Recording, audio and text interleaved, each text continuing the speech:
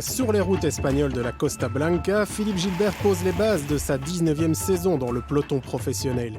Là-bas, nous avons vu un champion toujours aussi motivé et appliqué. Pourtant, Gilbert revient de loin.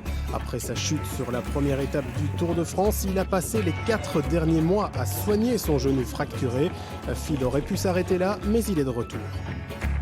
Je ne pense pas que je suis plus exceptionnel qu'un autre. Il y a beaucoup de coureurs qui ont passé même les 40 ans et qui restaient compétitifs. En fait, j'aime bien tous les process de la saison. J'aime bien quand on reprend, qu'il faut plus chercher à retrouver un niveau. J'aime bien quand il faut améliorer le niveau.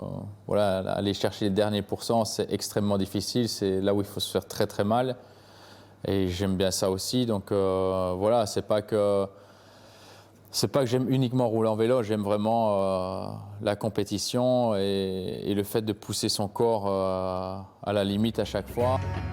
Pour faire le métier durant ce stage, Philippe Gilbert s'impose des sorties d'entraînement supplémentaires en solitaire, une abnégation qui force le respect au sein de son équipe. Ah non, moi j'ai une admiration pour lui incroyable. Je le connaissais, je l'ai déjà dit, je le connaissais forcément en tant qu'ami, en tant que coureur, mais depuis quelques mois, je découvre l'autre côté et j'ai une relation professionnelle différente avec lui. Et je me rends compte à quel point il est encore motivé, professionnel, pointilleux. Il se fixe encore des challenges simplement pour l'amour de la beauté du sport. Et je pense qu'il a envie de rendre au cyclisme ce que le cyclisme lui a apporté pendant toute sa carrière. Et c'est bien qu'il ait ses objectifs, que ce soit Milan-San Remo ou d'autres.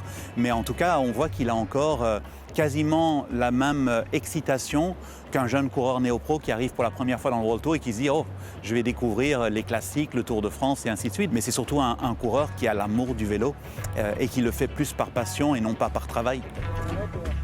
10 ans déjà après sa formidable saison 2011 et ses victoires à l'Amstel, la Flèche ou encore Liège-Bastogne-Liège, Philippe Gilbert n'a plus rien à prouver, mais quelle trace veut-il laisser dans son sport ?